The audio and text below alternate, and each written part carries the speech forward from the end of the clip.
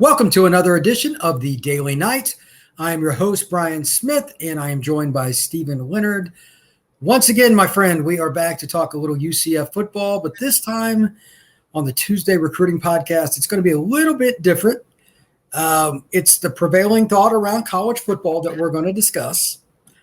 It is NIL and the transfer portal, and I have probably more insight into this than I would like. My brain has soaked it up, and I can't get rid of it. Traveling around to all these different colleges. I actually just walked off a football field an hour ago where a coach was telling me about a bunch of crap that was going on and coaches that he didn't like, and it's a major Power 5 coach. But anyway, so how you doing? How's everything going on at UCF? Pretty good. Heading into the summer semester, so we're just moving on up. All right. Well, for those of you that have been living under a rock and didn't know, a certain receiver at the University of Pittsburgh, who I believe won the Blitnikoff as the top receiver in college football, Jordan Addison, amazingly was going to transfer to the University of Southern California. No reason for that. Why would you do that, Stephen? Oh, somebody might have said you would get $1 million if you made the transfer. Stephen, would you like to have $1 million? $3 million and a house in Southern Cal. I would take that.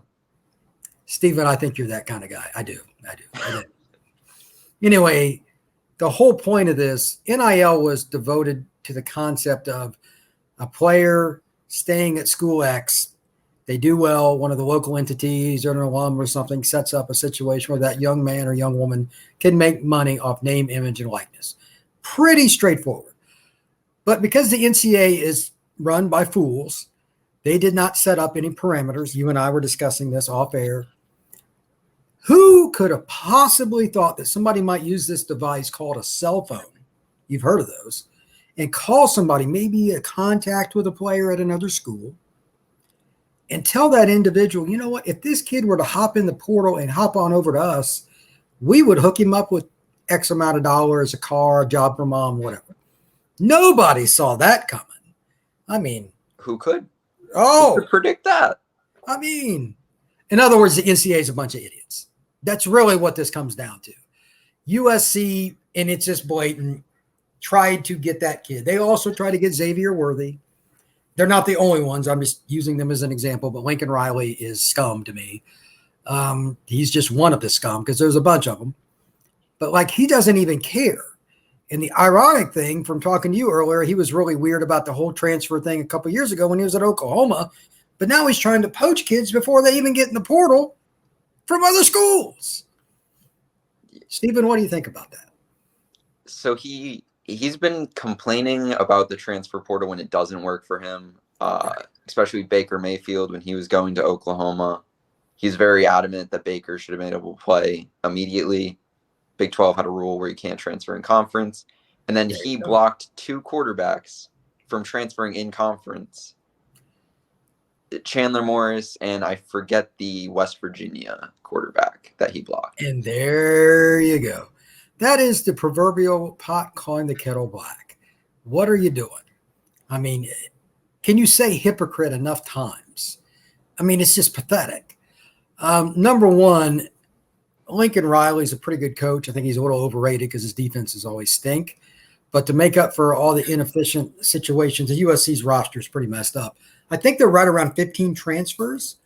What do you think the odds of all of those being on the up and up? 1 in 15? I mean, it's not hard to recruit to LA anyway. I get it. I've been out there. It's beautiful, blah, blah, blah.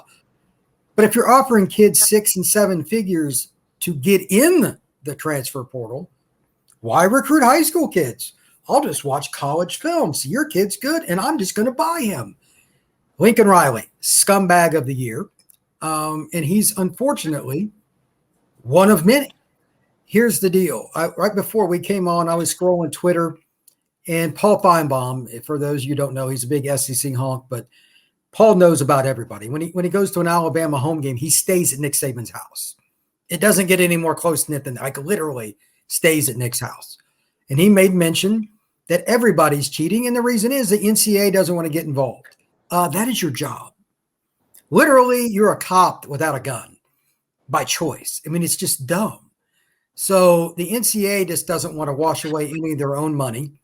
They're pretty much like the Olympic Committee now, which just takes the highest bidder somewhere, doesn't invest the money in the infrastructure somewhere and pockets it. I mean, they're about the lowest form of life on earth. I don't know if these guys are quite that bad, but it's in the same vernacular. So here for the second stanza of this is my ideas. Stephen, you tell me what you think. If you're going to transfer, there's got to be some kind of penalty to these sub companies or these LLCs that are sprouting up, A&M or whatever school. If you put a player into NIL, legally or not, if that player leaves, you have to continue to pay him. How you get away with that legally, because every state's going to have its own structure, and how the NCAA can get involved, I don't know. But there has to be something like that, because let's be honest, Big Daddy Booster and pick the school. If he invests X number of dollars in a player to see his school colors represented, and that kid leaves, he's not going to want to pay him anymore. Well, that's the whole point. To get this to come down, there is no nice way to do this. It will be unfriendly. So with that in mind, if you pay a kid and he leaves after the freshman year, tough tiddlywinks, you got to pay him for year 2, year 3, and year 4. And it has to be on the books. I don't know of another way to do this, and I'm not even sure if that's legal, because, again, every state line has different diplomacy for here's a state legislature, this is what it, I don't know how you do that. But if you've got a better idea to help clean this up, I'm all ears, because otherwise this is just, professional football. What do you got? I mean, at least like vetting these companies, one, they're giving out contracts, like marketing contracts, which are way more than any professional athlete gets from marketing. That's just a way to say we're going to pay the kid to come to my school. Yeah. 100%. Like top tier athletes get like not top tier, but not like the superstars, not but like star LeBron or players Michael in Jordan. the NFL will get Right. like $500K maybe a year to be in marketing. These kids are getting like $3 million, $8 million contracts. That's disgusting. And that's not what NIL is for. It's so you can get your market value, not an overinflated amount of money to poach you to a certain school.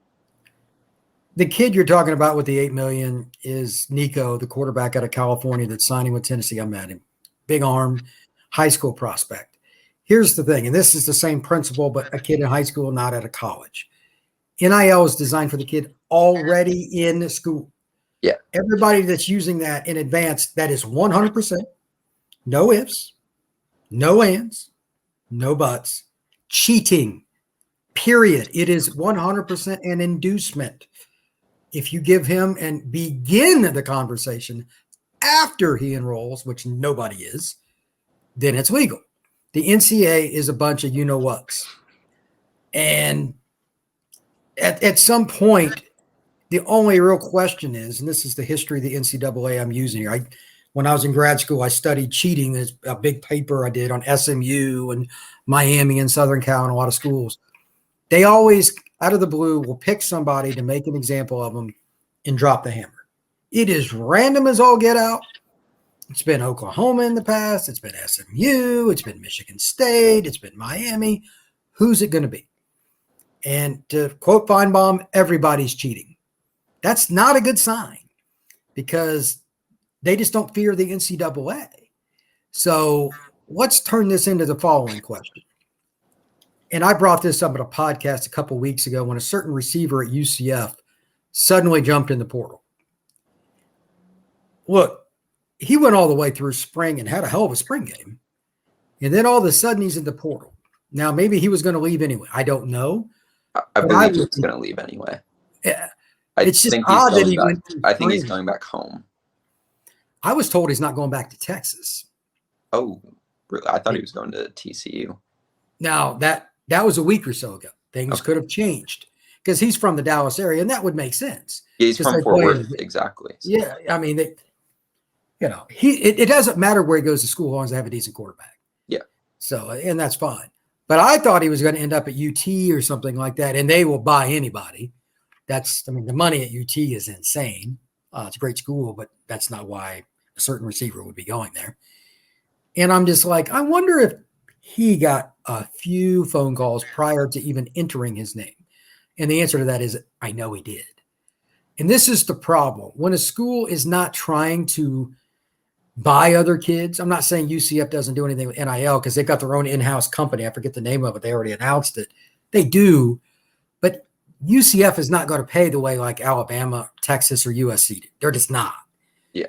How do you stay relevant in this cheat or go home society that college football is turning into? You got any answers for that? I guess I like Pitt already brought in a replacement for Addison like a while ago. They got the best freshman wide receiver. He entered the portal. He went to Akron. So unrecruited kid, goes to Akron. I think he put over like 1,100 yards up. Good for him. Panada Mumfield. UCF offered him. Louisville offered him. He went to Pitt. Now he kind of steps into that. There you You go. need to be a star receiver as a sophomore role in the Power Five. So, amen. I think that's kind of how you have to do it. You have to go after the lower schools. I don't feel comfortable calling them lower schools, but like Akron. It's not the same as Pitt. You're right. It's just true. But that also brings in the following question. I know this from talking to coaches all the time. They know the levels. Okay. I'll talk to coaches at every practice I go to in spring here in Central Florida. And every place I go, there's a Power 5 coach at every school. It's Alabama or it's Florida, whatever. And the coaches are nice guys. They'll talk to you.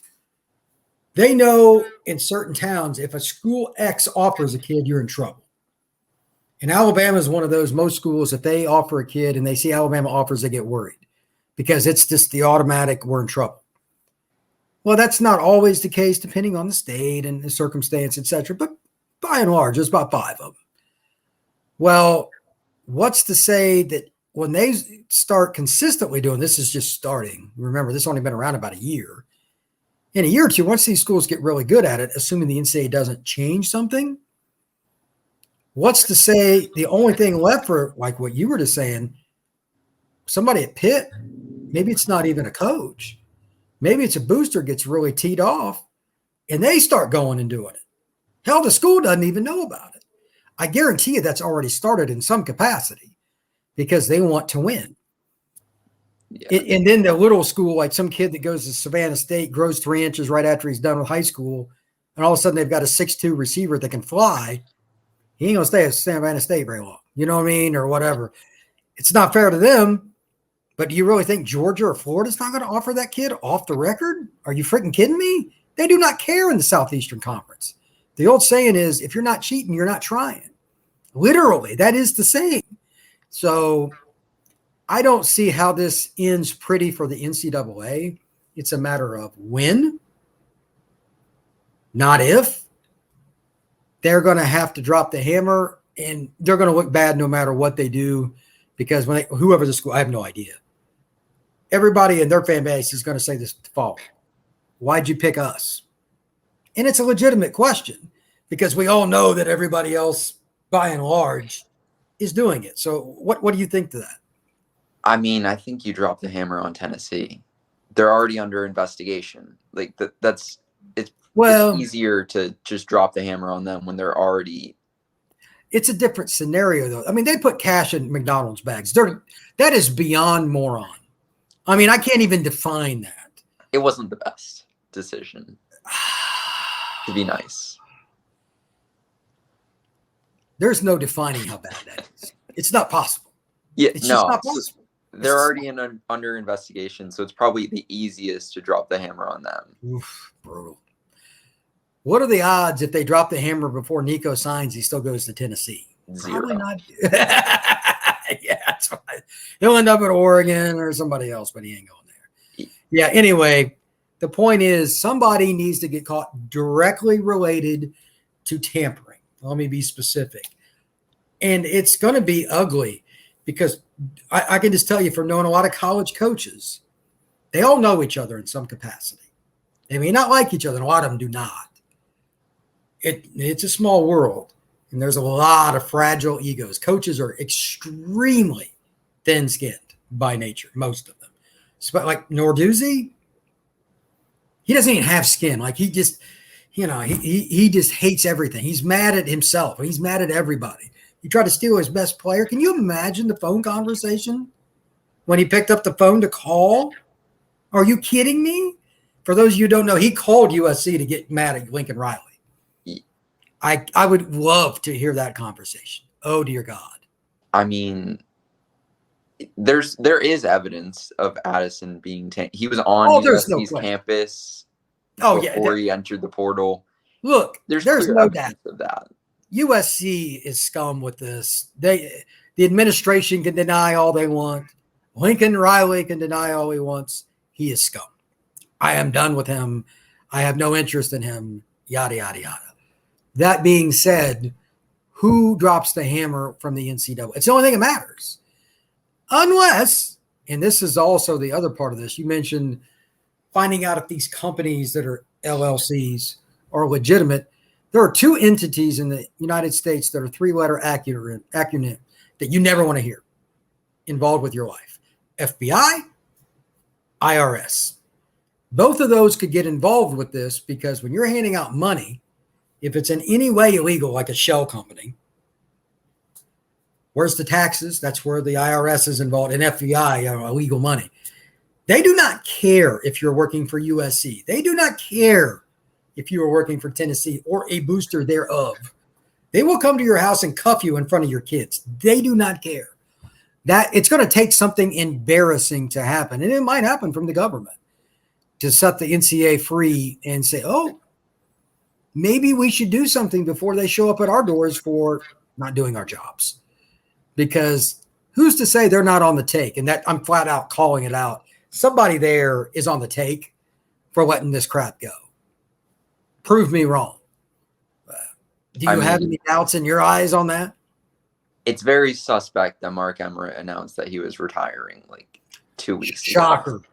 He's like, get me the hell out of here. Especially because he's super anti-NIL, and he was one of the main reasons that there are no regulations.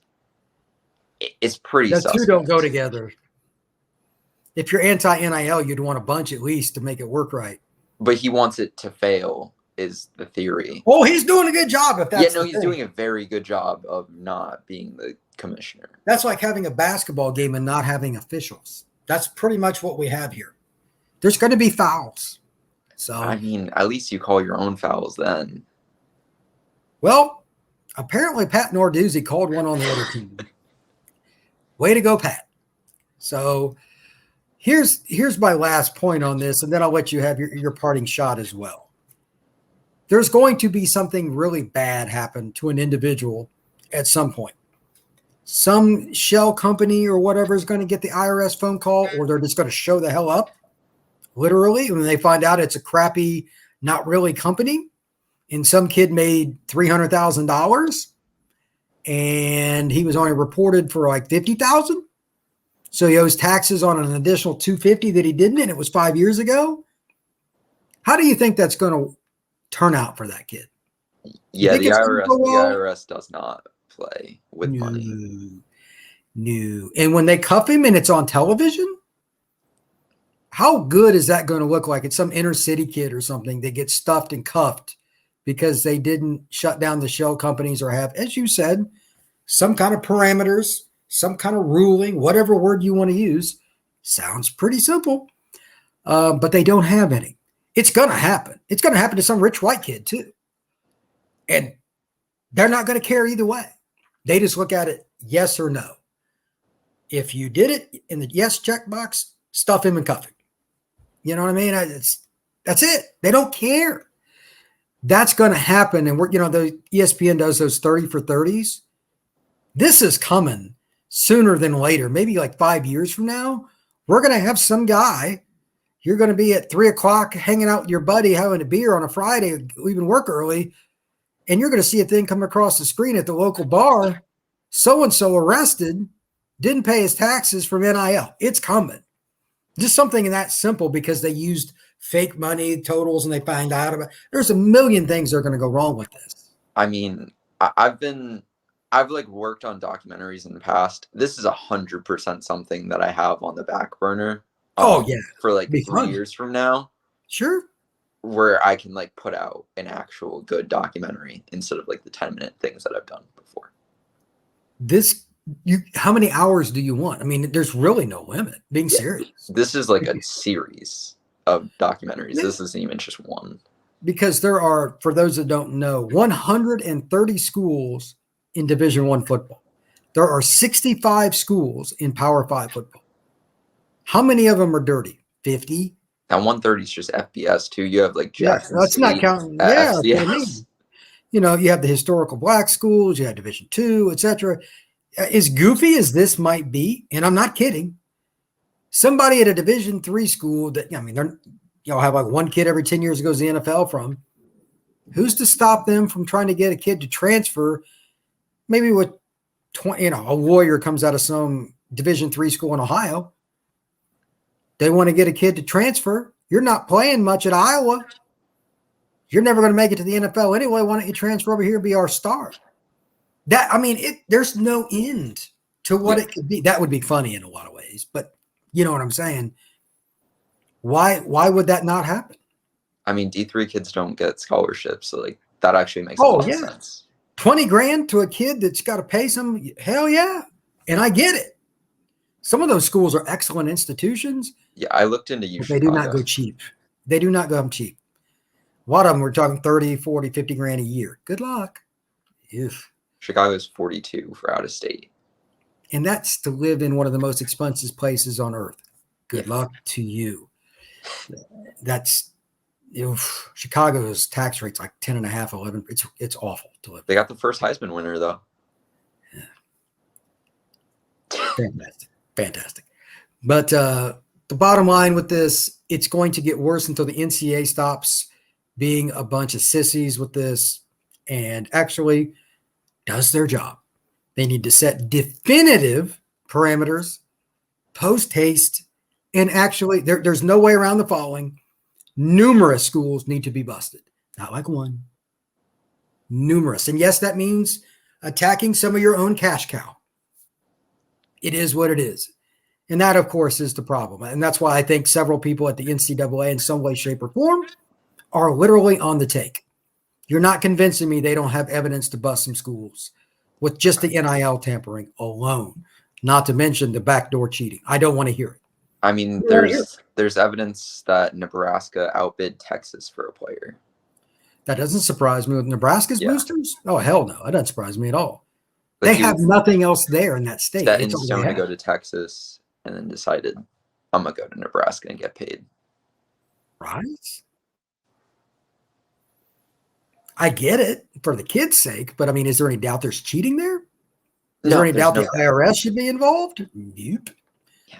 I'm telling you, it's coming. It's going to be hilarious. So, well, anything else you'd like to add to this, Stephen? It sucks as an NIL advocate that this is. I am too from zero regulation. Right. I like the concept of it for what it was meant for. Absolutely. NIL is such a great concept, and then but you have to have any laws would be better than what is now. Yeah, the zero. One law would be better than what we have currently. Yeah, I mean it's to the point. It's just comical. It's like a no holds bar fight in a ring that's no longer a ring. It's a cage match. The winner comes out alive. The winner kills the other person. That's what this is. You're stabbing everybody in the back with stealing their plate. I mean, it's just complete garbage. So, yeah, it's